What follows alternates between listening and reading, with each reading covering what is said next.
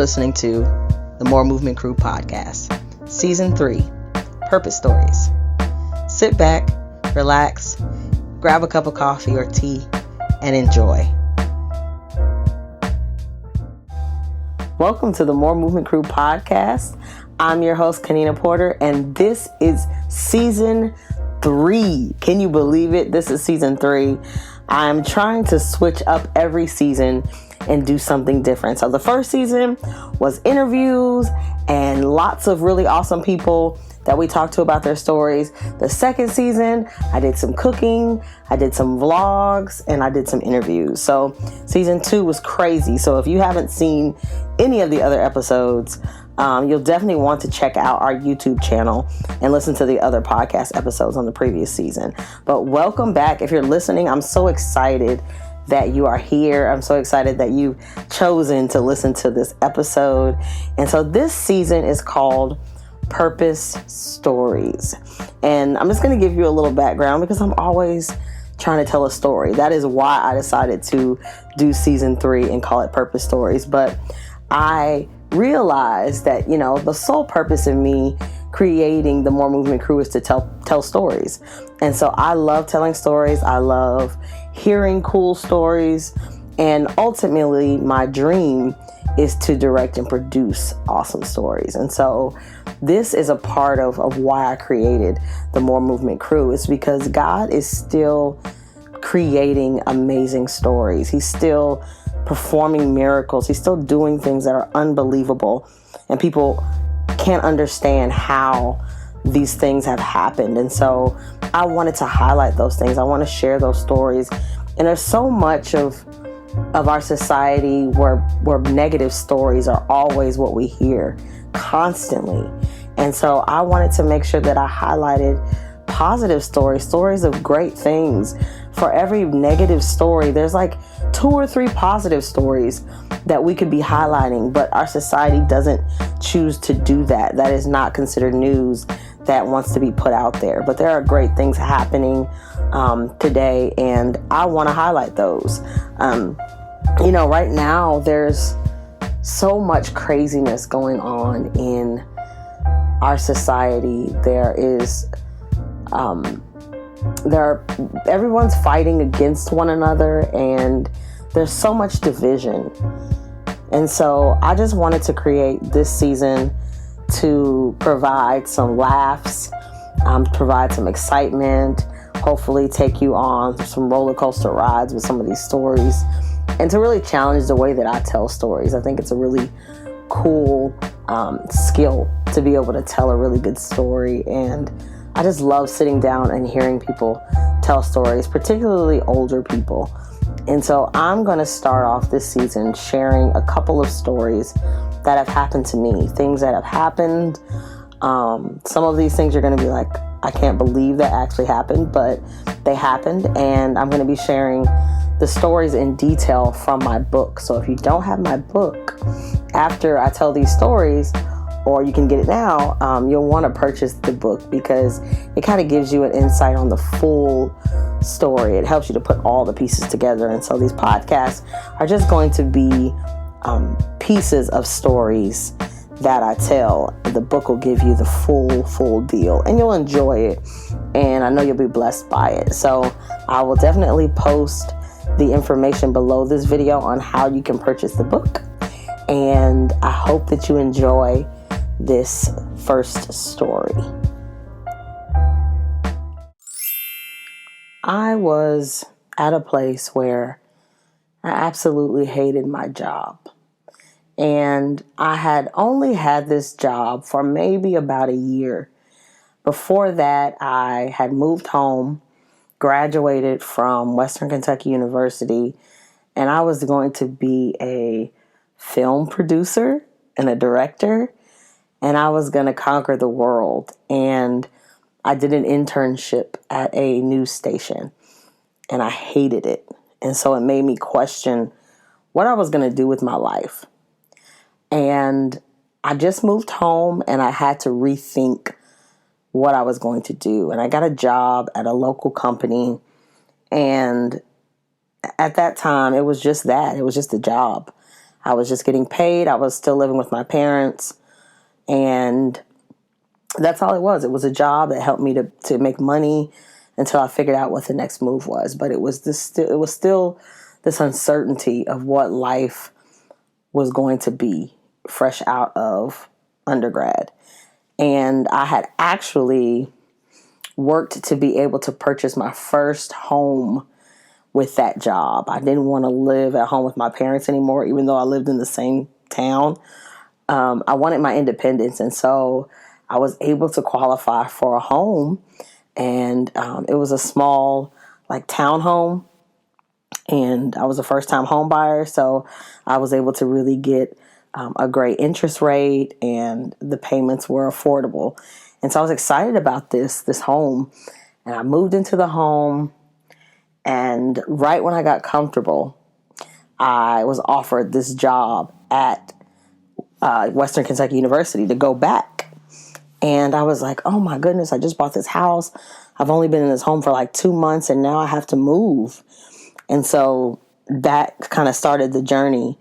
And I ended up renting it out and moving back to Bowling Green, Kentucky, where I worked in an office with technology and helping professors develop online material.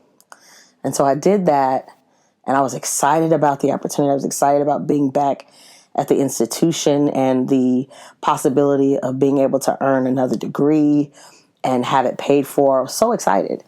And, maybe a few months into the role, the people that I worked with were very difficult. And I had never experienced this level of difficulty. And when I say difficulty, just manipulative, very harsh at how they spoke to you.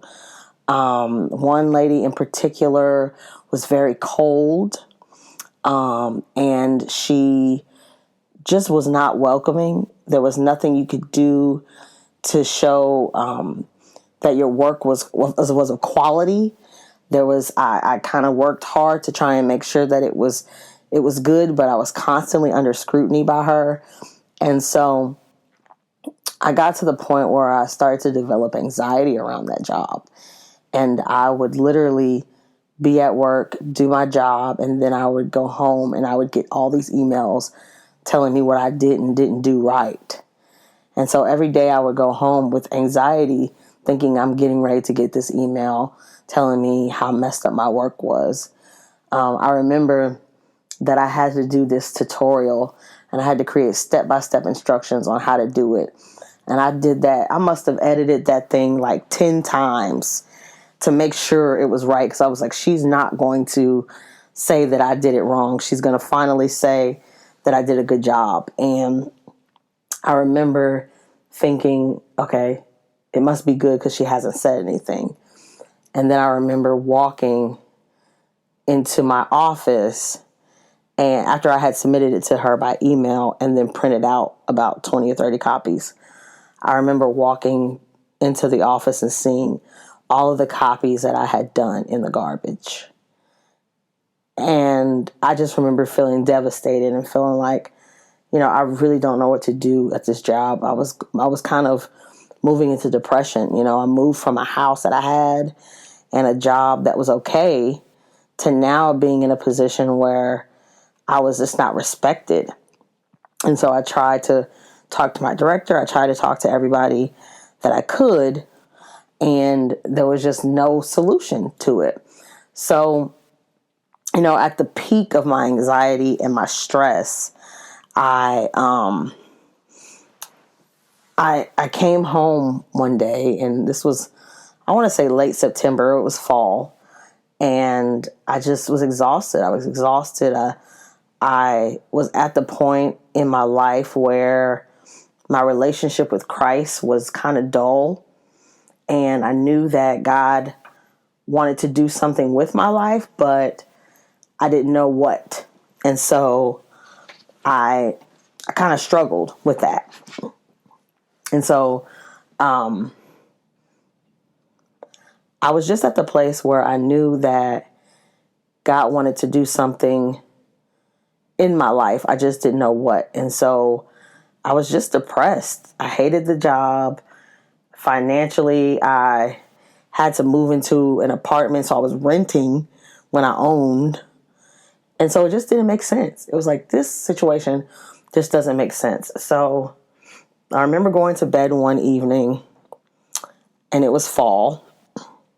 And I remember just like going to bed early and just pulling the covers up over my head and just saying, okay, we'll just figure out tomorrow when it comes.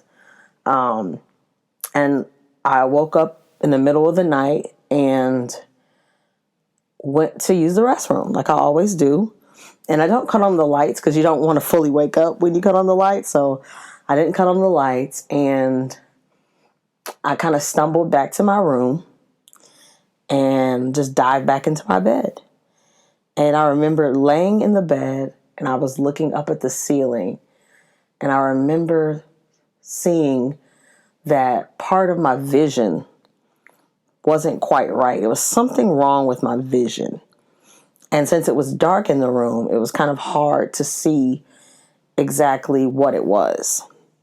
And so I remember taking my hand and putting it on the right side of my face and waving it up and down to see if I could see my hand. And I couldn't see my hand. And I sat up in the bed and I was so freaked out at this point, because you have to think about it. Everything is okay, and you can see, and then you wake up and your vision is partially gone. I mean, it's so hard to describe the level of fear that you feel. You think, what is wrong with me? Do I have some kind of disease? Am I going to die? Am I going to go blind? Just the idea of going blind, right, to being able to see and then not being able to see is a very, very frightening thought. And so, I kind of tossed and turned, and I was like, okay, should I call the emergency room? And I was like, no, they're going to tell me to go to an eye doctor. So I might as well just wait until the morning and go see the doctor. And so that was like, I was really going to be able to go back to sleep, after noticing that. But I was able to toss and turn all night, just thinking, what is wrong? What is wrong? And I got up in the morning, and the first thing I did was call the eye doctor. I called the eye doctor. I was frantic. I explained to them what I was seeing, and that the vision, in my right eye was gone, was partially gone. And she said, well, that sounds like an emergency. You need to come on in. So I race to the doctor, throw on whatever I could find, and just run out of the door. At the time, I was living with my sister, and we had an apartment together. And so I race over to the eye doctor. I get there, and I'm in the waiting room waiting. Well, the receptionist, calls me over, and I explained to her I was the one that called, and it's like I barely could get the words out. I was just so nervous and frantic, and I just wanted to know what the problem was. And so she said, okay, let me call the doctor. And I sat down and I waited. And I was probably like the first person first customer of the day or whatever. And this was an eye doctor that was kind of in a mall, that was in the mall. And so it wasn't a standalone doctor. So, the mall was just getting set up and just now opening. And so, I went in, I was looking around and kind of was waiting nervously. And then I finally get called back, and I'm in the waiting room. They take me to the waiting room. I'm sitting there, and then thoughts are just racing. And I remember a small voice just telling me, God is with you. God is with you. And that's all that the voice said, and I thought, okay. And then I started to rationalize in my thoughts, okay, if God is with me, then I'm going to be okay. Then He's going to take care of me. Then I just have to trust Him. And you repeat that over and over in your head. There was nobody with me to tell me it's going to be okay, right? Nobody knew in my family yet. So it was just me and my thoughts. And so when he walked in, I'm so grateful because the doctor was a Christian too. And so he walked in and he was very joyful, and he had a smile, and he was just talking and talking. And in my head, I was thinking, okay, you're a nice guy, but can you get with it? Because I'm ready to get this thing over with. I'm ready to figure out what's going on with my eye. And so he's talking and talking, and then he finally starts to do the exam. He does the exam, and then he gets really, really quiet. And then he cuts the lights back on. And then he says, you have torn retinas in both eyes. Well, wait. He then goes and gets the x-rays. Sorry. And then I'm waiting for the x-rays to come back and thinking, oh my goodness, what are they gonna be? So then he comes back and he sits down, and then he proceeds to tell me I have 2 torn retinas in both of my eyes. And so I thought, when you hear something like that, you're thinking, what? Like, how does this happen? What? Me? Like, I never broke an arm as a child. I never had any serious condition. Like, I didn't even have chickenpox till I was like in the 7th grade. So I didn't experience a lot. I didn't. And even with the chickenpox, I didn't go to the doctor. I just did whatever you're supposed to do. So I never went to the doctor, only for shots, basic things. And so when somebody tells you have 2 torn retinas and the one in the right eye is partially detached, you don't know what to think. And so he was like, I am going to have to call a retina specialist and try and get you in, but you need to get this surgery as soon as possible. This is an emergency. He kept on emphasizing, this is an emergency, but his voice was very calming, and it was very assuring that there was hope. And I'm so grateful for that doctor. So I waited for the receptionist to call, and she said the doctor was able to get me in. Praise God that I was able to get in immediately, and I had to go to Nashville. And she gave me all these instructions on what to do, what not to do before the surgery. And so they said, you just need to call your family and tell them, what's going on, and that you're going to have somebody with you. And so I walked outside of the office, and I picked up the phone and I called my sister, and I just said, I have to have surgery. And she was like, what? Like, she was completely confused as to where it came from. And I told her, I woke up this morning, there was partial blindness in my right eye, and I just left the doctor, and they said I have to have emergency surgery tomorrow. And she was like, oh, okay. And she was like, well, I'll see you, back at the house. So after I got off the phone with her, I called my mom, and my mom is always calm. She never loses it. She never freaks out. My dad's the one that freaks out. And so, I tell my mom, and she's like, all right, well, we're going to pray. And I listen to her. And growing up with a mom that always is willing to pray, you kind of get numb to it. It's just like something that she does, and I'm grateful for it, but you grow up with it, so you become used to it. And so it was like, okay, mom wants to pray, let's pray. So you pray, and then dad gets on the phone, and of course he's in agreement with the prayer, but then dad has 1,000 questions. I love him, but he has 1,000 questions, and he just wants to understand why, how did this happen, and what's next, and what are we doing? And he has 1,000 questions, so you have to try and answer those. And my mom is always there to just say, chill, it's okay, we'll figure it out later, don't ask her 1,000 questions. And so that's the balance, I think, and the beauty of both of them working together. So after the phone call, I go back to the apartment, and my parents show up about an hour or two later, and they just embrace me and hug me, and I cry, and I'm grateful to see them. I'm happy to see them.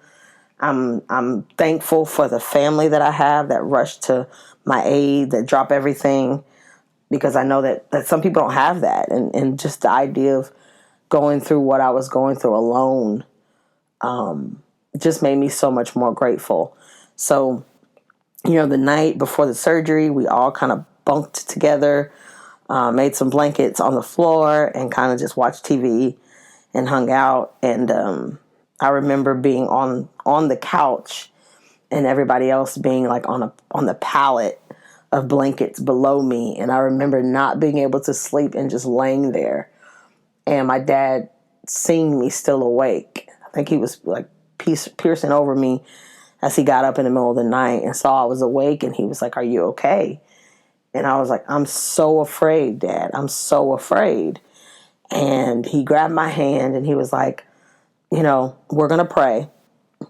And so he quietly prayed with me and kind of just made sure I was okay until it was time for me till I fell asleep. And I was able to get through the night. I woke up, and for anybody that knows me and knows my personality, I'm always ready to go, right? I'm ready to get it over with. I'm ready to work. Let's do this. Let's not wait. And so I was ready to get it over with. I was like, whatever's in store for me, let's go. So we all hop in the car. We drive to Nashville, and I'm just looking, at the world moving around me, and just, I guess in a sense, just hoping and just wishing that I was just moving about my day in a normal way like most people. Like that this wasn't my reality. And I just remember being it was so surreal that your life can change in 24 hours, right? And things can happen to you in less than 24 hours, and you find yourself in a completely different situation, making different choices. And so that part in itself was just, it was like an out of body experience to say the least. And so we're driving to Nashville. We get there, I get in, get registered, and we wait. And, in hospitals, the waiting game is forever. You wait hours and hours and hours just to get called back to get started with the surgery. And so I finally get called back and have to undress.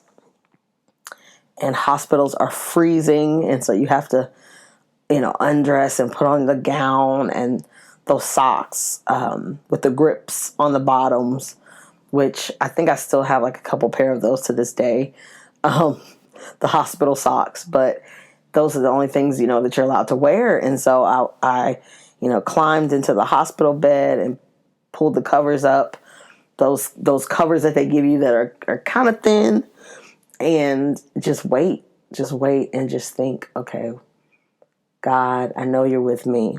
I know you're going to help me. And fighting the thoughts in my head. And so finally the doctor comes in. He explains what they're going to do, that they're going to wheel me into the surgery room, and they're going to give me anesthesia and put me to sleep. And so I go in, and the room probably feels like it's colder than the other room, and his hands are cold. And I just remember just trying to relax. And then the anesthesia sets in, and I wake up, and the doctor is telling me that everything went well and that they're going to call my parents so they can see me. And I just remember feeling just a tightness on the right side of my eye. They only did one eye because we have to wait, let that one heal first, and then we'll have to do the other one. And so it was just really tight and numb on that side of my face. And of course it was a patch over it. So I only had the vision in the left eye, which is another reason why they couldn't do both surgeries, because then I wouldn't be able to see at all. And so my parents came, and they checked on me, and it feels good, I will say, when your family is around you, right? When you have people that love you and support you, there's a feeling that I can't describe, but it's almost as though that was one of the benefits of me being in that situation, is that all of my family was required to come together. And that were moments that you create. Those are memories that you create. And so we all hopped in the car and got on the road. And then the pain meds started to wear off a little. And I was in pain for, most of the ride back. And we had to go get the medication, the pain meds from the pharmacy.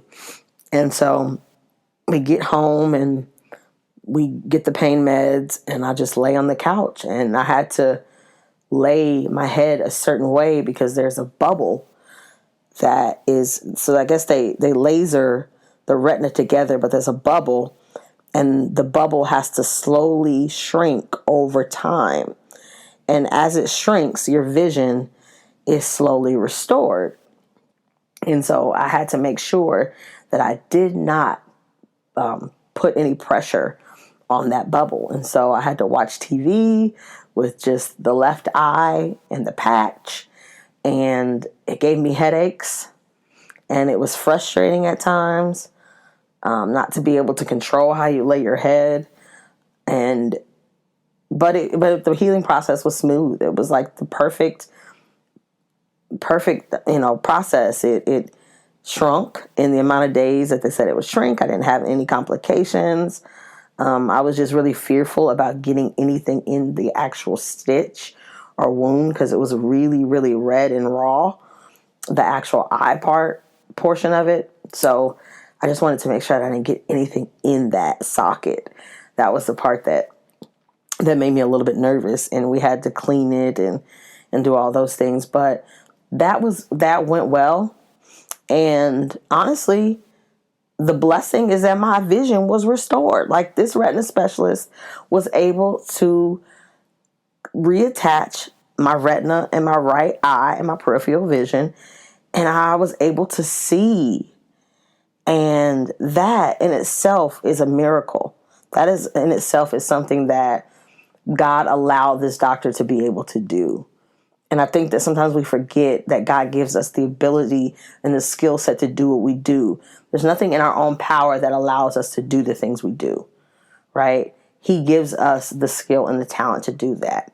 And that is why it's important when, the reason why I called it Purpose Story is because these things all have a purpose. We all have specific purposes that God has called us to do and skills that He's given us the talent to do. Like, He's breathed his breath on us, and we're able to perform these talents. And so that was so reassuring that he was able to do the surgery, and it went over really well. He was highly respected. And to this day, I'm like, I don't want to see any other retina specialist. No one should touch my eyes but this doctor. So then it was on to the next surgery. That was probably a couple of months later. I scheduled that surgery. I remember it being in November.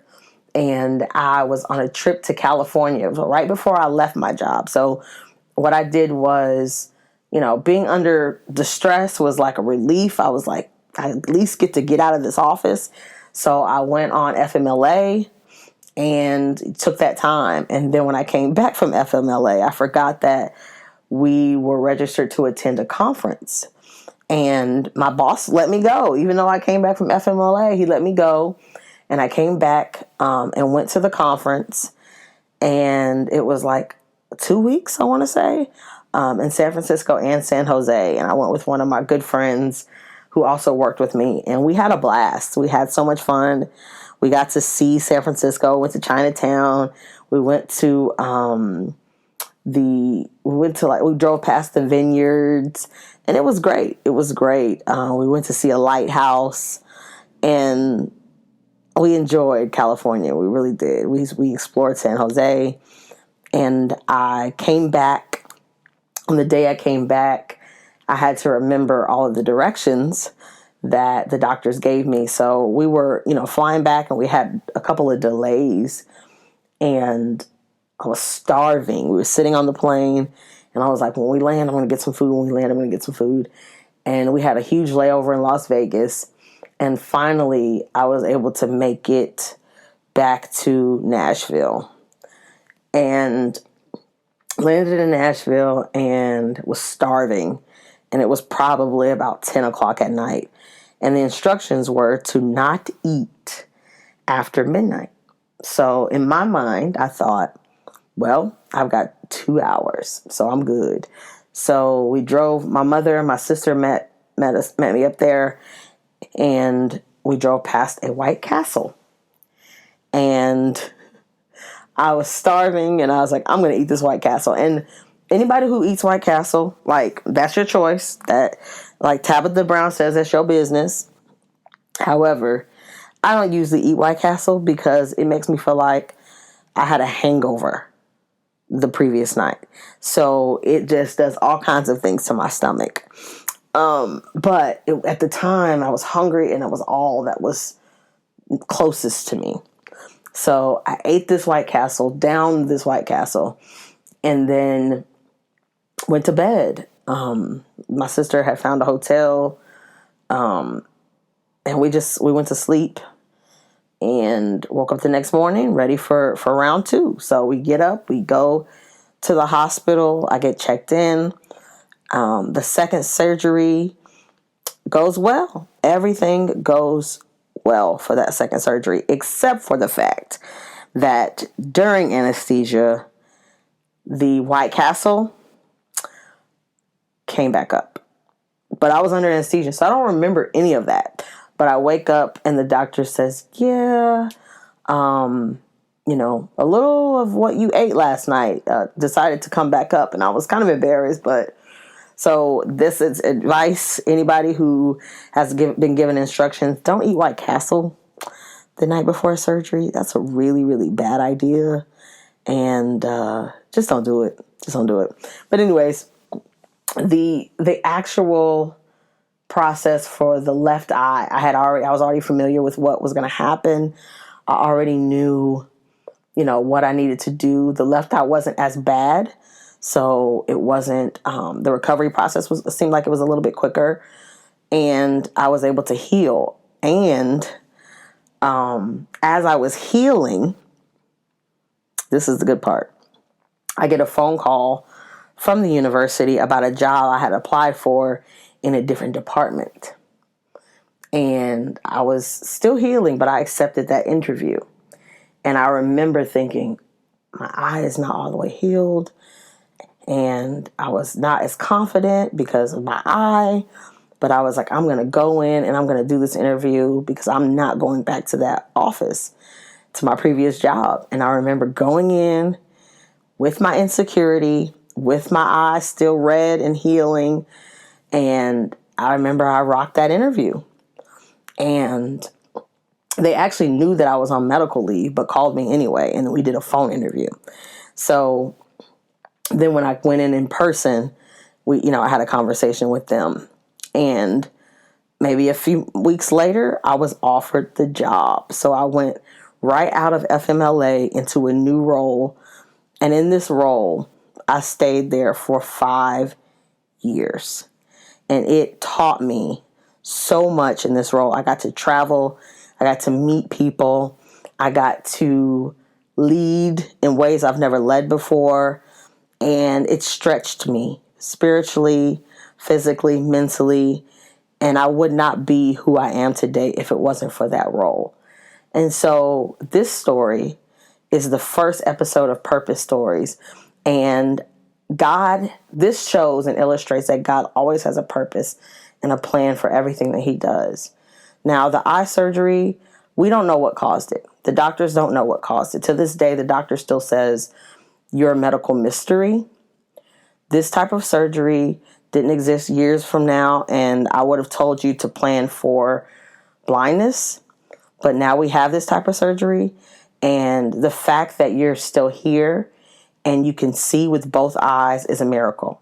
And so God had a plan and a purpose through all of it. And I try and break it down in different ways. The first thing I think about is, with my eyesight, God helped me to understand the importance of seeing, right? But the importance of vision, the importance of being able to know and to discover what God has called you to do and to be able to see it and to plan that thing out.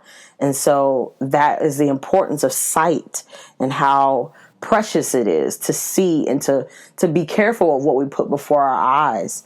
So that's the first thing I think of. The second thing is that God wanted to take me to a newer level of trust.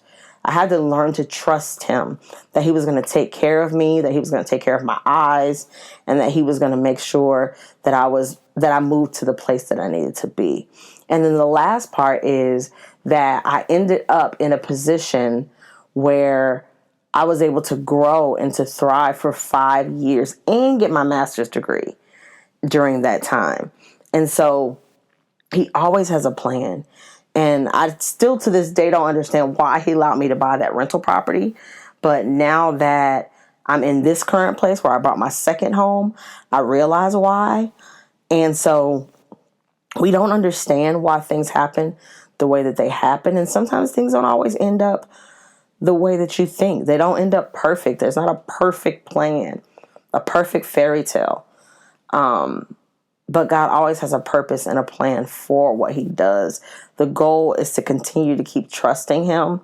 The goal is to know that no matter what happens, he's with us.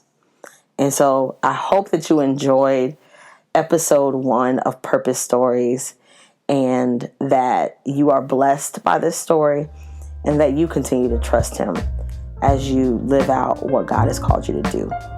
So until next time, be blessed, and thank you for listening.